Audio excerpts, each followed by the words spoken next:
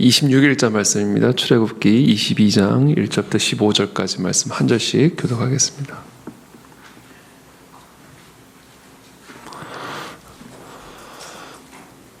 저부터 읽겠습니다. 사람이 소나 양을 도둑질하여 잡거나 팔면 그는 소 한 마리에 소 5마리로 갚고 양 한 마리에 양 4마리로 갚을지니라. 도둑이 뚫고 들어오는 것을 보고 그를 쳐 죽이면 피 흘린 죄가 없으나 해 돋은 후에는 피 흘린 죄가 있으리라. 도둑은 반드시 배상할 것이나 배상할 것이 없으면 그 몸을 팔아 그 도둑질한 것을 배상할 것이요.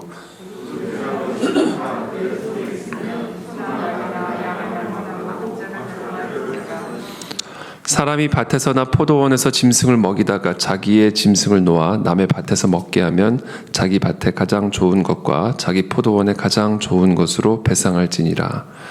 불이 나서 가시나무에 댕겨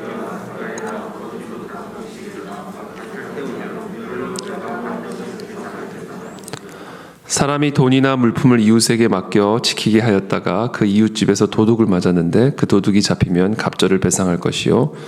도둑이 잡히지 아니하면 그 집주인이 재판장 앞에 새 물품에 손댄 여부의 조사를 받을 것이며 어떤 잃은 물건 즉 소나 낙이나 양이나 의복이나 또는 다른 잃은 물건에 대하여 어떤 사람이 이르기를 이는 그것이라 하면 양편이 재판장 앞에 나아갈 것이요 재판장이 죄 있다고 하는 자가 그 상대편에게 갑절을 배상할지니라.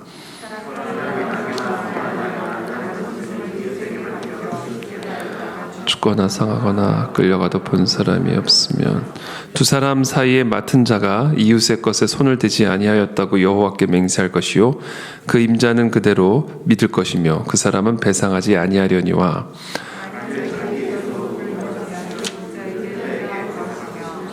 만일 찢겼으면 그것을 가져다가 증언할 것이요 그 찢긴 것에 대하여 배상하지 아니할지니라. 만일 일세에게 빌려온 것이 그 임자가 함께 입지 않을 때 허나 죽으면 반드시 배상하라. 함께 읽습니다. 그 임자가 그것과 함께 있었으면 배상하지 아니할지니라. 만일 새낸 것이면 새로 족하니라. 아멘.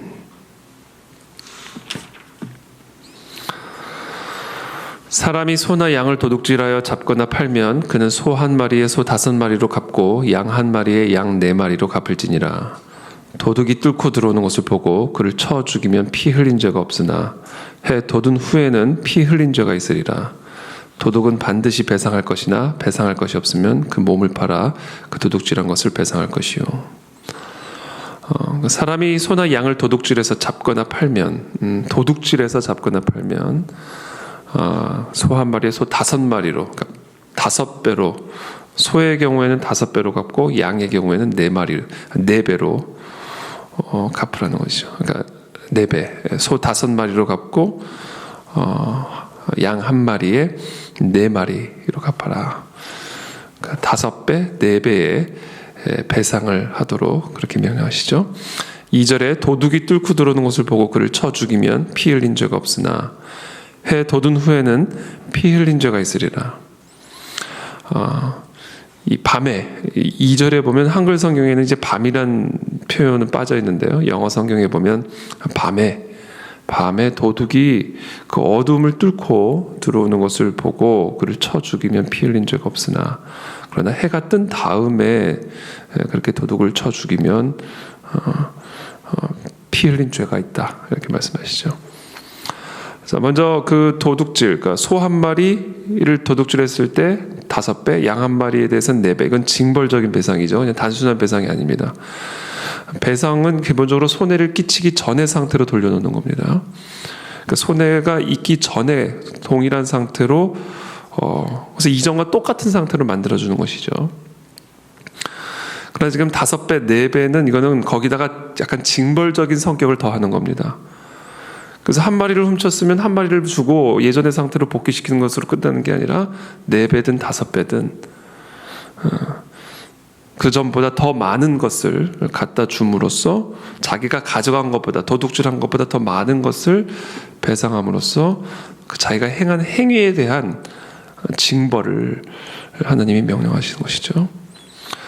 또 그래서 어떻게 보면 이 1절 5배, 4배는 어떻게 보면 처벌 처벌이죠. 단순한 배상이 아니라 단순한 보상이 아니라 이제 처벌의 개념을 담고 있는 것이고요. 또 2절에 보면 이제 밤에 들어온 도둑을 죽일 수는 있다. 그러나 해가 뜬 다음에 죽이면 그거는 살인죄다. 피 흘린 죄가 있다. 이제 이렇게 말씀하시죠. 이런 것은 사실은 오늘날 우리가 소위 말하는 이제 정당방위의 또 근거다라고 우리가 또 볼 수가 있습니다. 밤에는 당시 뭐 지금처럼 뭐 가로등이 있습니까? 아니면 뭐 철저 대문이 있었겠습니까? 그러니까 뭐 누가 누군지를 모르죠. 또 어떤 무기를 들고 있는지도 모르고, 그러니까 자기를 보호하고 자기 재산을 보호하기 위해서 정당하게 방위를 할 수 있지만 해가 뜬 다음에는 그래서 사리 분별이 가능하고 지금 상태가 어떤 상황인지를 좀 비교적 명확하게 분별할 수 있는 그때가 되면 함부로 사람을 죽이면 안 된다. 정당방위죠. 정당방위. 도둑은 3절에 도둑은 반드시 배상할 것이나 배상할 것이 없으면 그 몸을 팔아 그 도둑질한 것을 배상할 것이요. 배상할 게 없으면 몸이라도 팔아라. 몸을 구속시키는 거죠.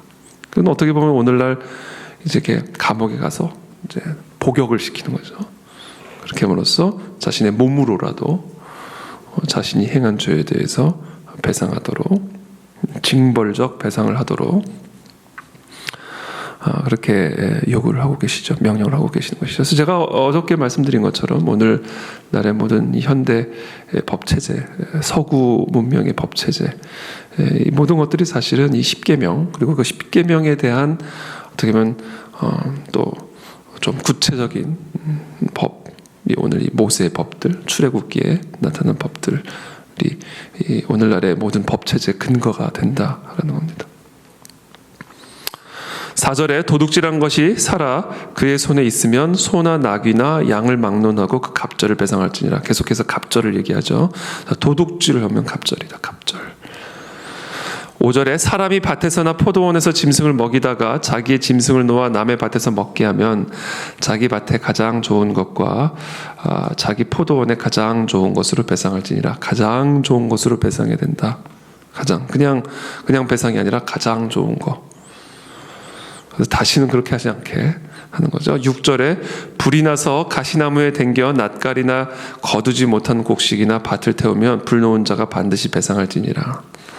7절에 사람이 돈이나 물품을 이웃에게 맡겨 지키게 하였다가 그 이웃집에서 도둑을 맞았는데 그 도둑이 잡히면 갑절을 배상할 것이요. 자, 누군가가 당시 풍습은 뭐 정확하게 이해는 되진 않아요. 오늘날 관점으로 봤을 땐 자신의 귀중한 물품을 왜 이웃에게 맡겨서 지키게 하는지 솔직히 잘 뭐 납득은 되지는 않습니다만, 뭐 아무래도 지금같이 무슨 은행이 있는 것도 아니고 뭐 금고가 있는 것도 아니고, 그러니까 정말 믿을 만한 사람의 집에 뭐 이렇게 맡겨서 지키게 하는 그런 뭐 풍습이 있었던 것 같습니다. 근데 그 이웃집에 누군가가 도둑이 들어와서 그 자기가 맡긴 물건을 가져갔다.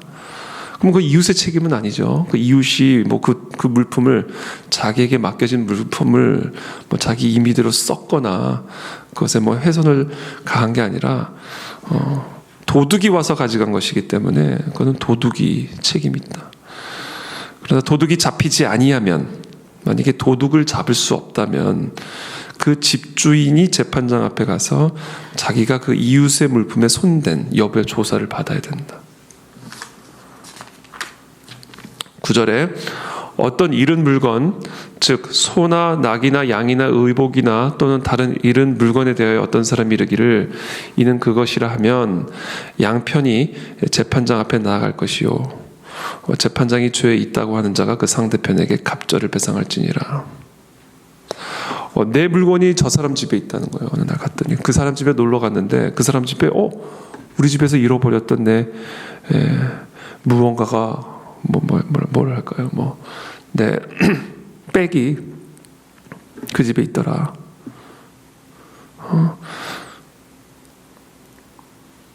그렇게 되면 그것은 이제 재판장 앞에 나가야 된다. 그래서 재판장이 판단을 해서 죄 있다고 하는 자가 그 상대편에게 갑절을 배상할지니라. 그러니까 불법 소유죠. 불법 소유. 불법적으로 가져가는 도둑질이죠. 도둑질. 그렇죠? 10절에 사람이 낙이나 소나 양이나 다른 짐승을 이웃에게 맡겨 지키게 하였다가 죽거나 상하거나 끌려가도 본 사람이 없으면, 또 이웃에게 짐승을 맡겼을 때 그 짐승이 죽거나 상하거나 끌려가도 본 사람이 없으면, 또 두 사람 사이에 맡은 자가 이웃의 것에 손을 대지 아니하였다고 여호와께 맹세할 것이요, 그 임자는, 그 주인은 그대로 믿을 것이며 그 사람은 배상하지 아니하려니와, 만일 자기에게서 도둑 맞았으면 그 임자에게 배상할 것이며, 또 만약에 그 동물이 찢겼으면, 다른 늑대나 다른 야생 동물에 의해서 양이나 소가 찢겼으면, 물렸으면, 죽었으면 그것을 가져다가 증언할 것이에요. 증거를 가져가라는 거죠.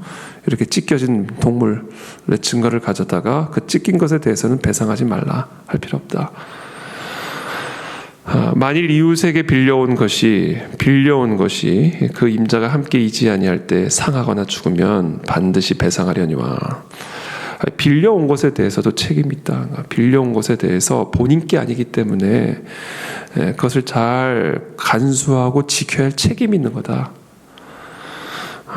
그래서 주인이 함께 있지 아니할 때에 그것이 상하거나 죽으면 반드시 그 빌려온 사람이 그것에 대해서 배상해야 되지만, 그 주인이 그것과 함께 있었으면 굳이 배상하지 않아도 되고, 왜? 주인이 있었으니까.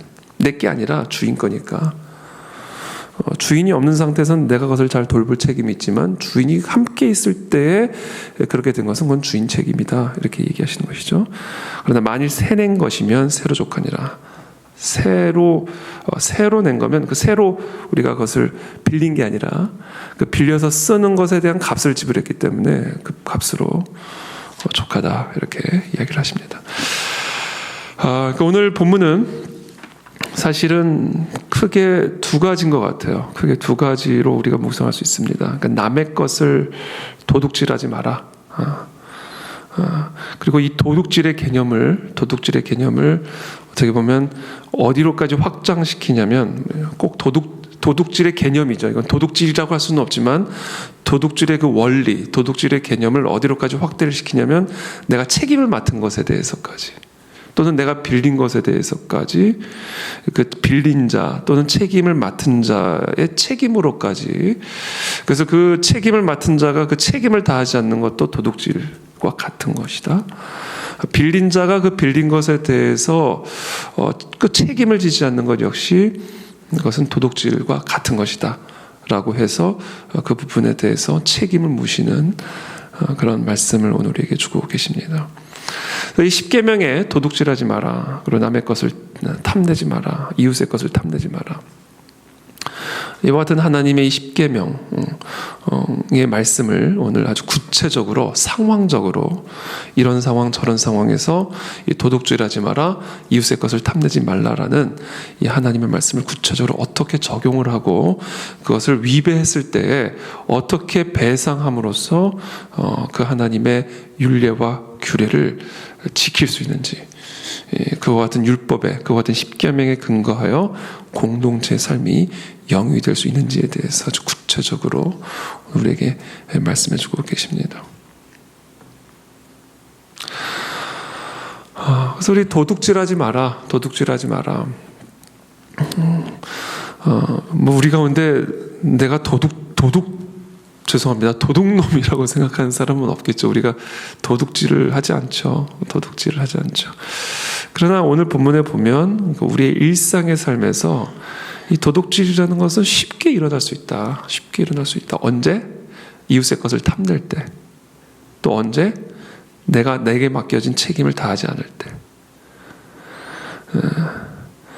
내게 아닌데 내 것인 것처럼 사용할 때. 그게 도둑질이다.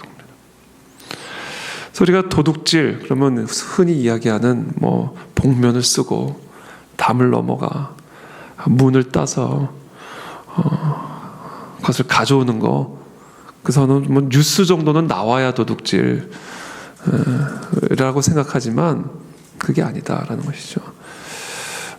십계명을 준 이유는요, 범죄자들을 위해서 준 게 아닙니다. 우리 모두를 위해서 주신 것이죠. 우리가 다 사실은 이 십계명이 그래서 우리의 삶의 생명의 토대가 되어야 된다. 근데 이 모든 이 그래서 여러분, 우리가 정말 일상의 삶에서 이웃의 것을 탐내는 마음부터가 도둑질이에요. 그렇죠? 또 우리 흔히 직장 생활에서 여러 가지로 우리가 적용을 할 수가 있습니다.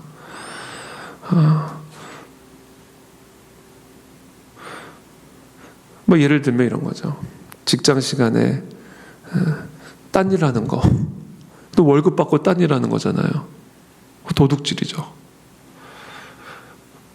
자기를 고용한 사람에게 나의 시간을 사는 거거든요. 고용주가 월급을 주고 내 시간을 사는 건데, 무엇을 위해? 그 고용주의 일을 위해서. 근데 그 시간에 딴 일을 하고 있다. 그거는 도둑질하는 거죠. 또 반대로 그 사람의 시간을 사는데 그 시간에 대한 적절한 배상을 해주지 않는다. 그건 역시 도둑질인 거죠. 그 외에 여러 가지를 우리가 아주 구체적으로 적용을 할 수가 있습니다. 근데 그것이 무엇이든 여튼간에 오늘 주신 말씀 10계명에 도둑질하지 마라, 이웃의 것을 탐내지 말라에 대한 구체적인 말씀을 주시는데, 이 모든 것을 어떻게 하면 우리가 이겨낼 수 있을까? 어떻게 하면 우리가 도둑질하지 않고 이웃의 것을 탐내지 않는 하나님 앞에 온전한 사람으로 서 있을 수 있을까? 그것을 위해서 우리에게 반드시 필요한 게 무엇이냐면 바로 하나님을 두려워하는 마음입니다. 하나님을 두려워하는 마음. 여러분, 우리가 도둑질 가운데서도 가장 우리가 쉽게 하는 도둑질이 하나님 겁니다. 하나님 거 도둑질하는 거죠. 여러분, 우리 게 있습니까? 우리 게 있습니까? 여러분, 우리의 생명이 우리 겁니까? 우리에게 맡겨진 재물이 우리 겁니까? 이게 다 하나님 건데 내 것처럼 쓰는 거. 마치 내가 내 것의 주인인 양, 내 마음대로 내 뜻대로 나를 위해서 쓰는 거. 이게 다 하나님 보시기에 도둑질인 거죠. 그래서 저는 우리 삶에 하나님의 것을 도둑질하는데 이웃의 것 도둑질하는 게 무슨 문제가 되겠습니까? 그러므로 사실은 우리가 이 도둑질하지 말라, 이웃의 것을 탐내지 마라, 이와 같은 하나님의 계명, 특별히 오늘 우리에게 주신 이 출애굽기의 계명을 지켜 행하는 일에 있어서 가장 기본이 되고 시작이 되는 것은 하나님의 것을 도둑질하지 않고 하나님을 두려워하는 마음에서부터 시작이 된다. 내 모든 것들은 하나님의 것이고, 그래서 내가 하나님의 것을 하나님을 위해서 살고 하나님을 위해서 사용하는 청지기로서의 삶, 청지기로서의 사명을 우리 가운데서 회복할 때, 그때 비로소 우리가 이 이웃과의 관계에 있어서도 도둑질하지 않고 하나님 보시기에 의로운 하나님의 사람으로 서 있을 수가 있다라는 겁니다. 자, 아간을 보십시오. 아간. 하나님께서 하나님의 것으로 거룩하게 성별시킨 그것을 탐내 가지고 가져갔다가 죽임을 당하죠. 아나니아와 삽비라 보십시오. 다 이게 하나님을 두려워하는 마음이 없을 때 이런 범죄를 저지르게 되는 겁니다. 하나님의 것을 하나님의 것으로 여기는 두려워하는 마음이 없을 때 이와 같은 아간이 일어나고 아나니아와 삽비라가 내 안에서 일어나는 거죠. 여러분, 우리 안에 다 아간이 있습니다. 우리 안에 다 아나니아가 있고 삽비라가 있습니다. 이걸 죽여야 돼요. 단속해야 됩니다. 어제 본문 말씀처럼 항상 사람 들이받아서 죽이는 소의 본성을 알고도 단속하지 않으면 형벌을 면할 수 없다. 죽여라, 같이 죽여라, 이렇게 얘기하시잖아요. 사람들로부터 경고도 받았고, 그럼에도 불구하고 단속하지 않았으면 그 소를 돌로 쳐 죽일 뿐 아니라 그 임자도 돌로 쳐 죽이라 해서 아간이 돌로 쳐 죽임을 당하잖아요. 그러니까 여러분, 우리가 우리 안에 아간이 있다는 거 알아야 됩니다. 우리 안에 아나니아와 삽비라가 있다는 거 알아야 됩니다. 그리고 단속해야 됩니다. 그래서 하나님을 항상 두려워하는 마음을 가지고 우리에게 맡겨진 거, 우리가 빌린 거, 우리에게 주어진 것들을 하나님을 두려워하는 마음으로 쓸 수 있고 사용할 수 있고 살아갈 수 있는 그런 하나님의 사람으로 세워져야 된다라는 것이죠. 그래서 오늘 이 시간 아간처럼 하나님께서 구별하신 코트, 그렇죠? 코트 가져다가 죽은 거예요. 아나니아와 삽비라처럼 몰래 숨겨둔 하나님의 것이라고 정해놓고도 훔쳐간 것 다 회개해야 됩니다. 다 회개해야 됩니다. 그렇게 함으로써 우리의 삶에 거룩이 회복이 될 수가 있고, 그때 하나님의 은혜와 임재가 함께 하시는 삶 공동체가 될 수 있다. 그래서 오늘 이 시간 우리 안에 도둑질한 것들 하나님 회개합니다. 진심으로 회개합니다. 하나님을 두려워하지 않았습니다. 하나님이 내게 맡겨주신 것인데 하나님의 것으로 인정하지 않고 마치 내 것인 양 내 마음대로 내 뜻대로 나를 위해서만 이 모든 것들을 사용했습니다. 그래서 결국 나는 매우 탐욕적인 사람이 되었고, 아간처럼 아나니아처럼 그런 모습으로 서게 됐습니다. 이런 것들을 우리가 진심으로 회개하고 하나님 앞에 고백하며 나아갈 때, 또 하나님께서 요구하신다면, 하나님께서 오늘 말씀이 우리에게 찔림을 주신다면, 또 합당한 배상이 필요한 부분들이 있다면, 또 우리의 삶에 그 같은 배상을 통해서 하나님 앞에 그 의로움을 회복하는 우리 모두가 다 되시기를 예수 그리스도의 이름으로 기도합니다. 함께 기도하겠습니다.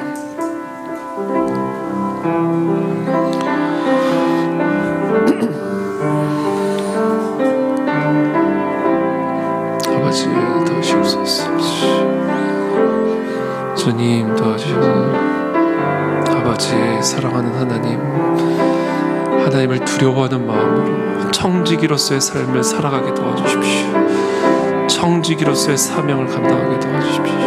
오 주님, 하나님이 우리 주인이심에도 불구하고, 내게 맡겨진 것이 다 여호와 하나님의 것임에도 불구하고, 하나님 주인 되신 하나님을 위해서 청지기로서 그것을 사용하지 않고 오직 나를 위해서, 나의 유익을 위해서, 나의 안락을 위해서만 이 모든 것들을 사용했던 우리의 죄를 용서해 주시고, 하나님 하나님 앞에 성별되었던 것 회복하기를 원합니다.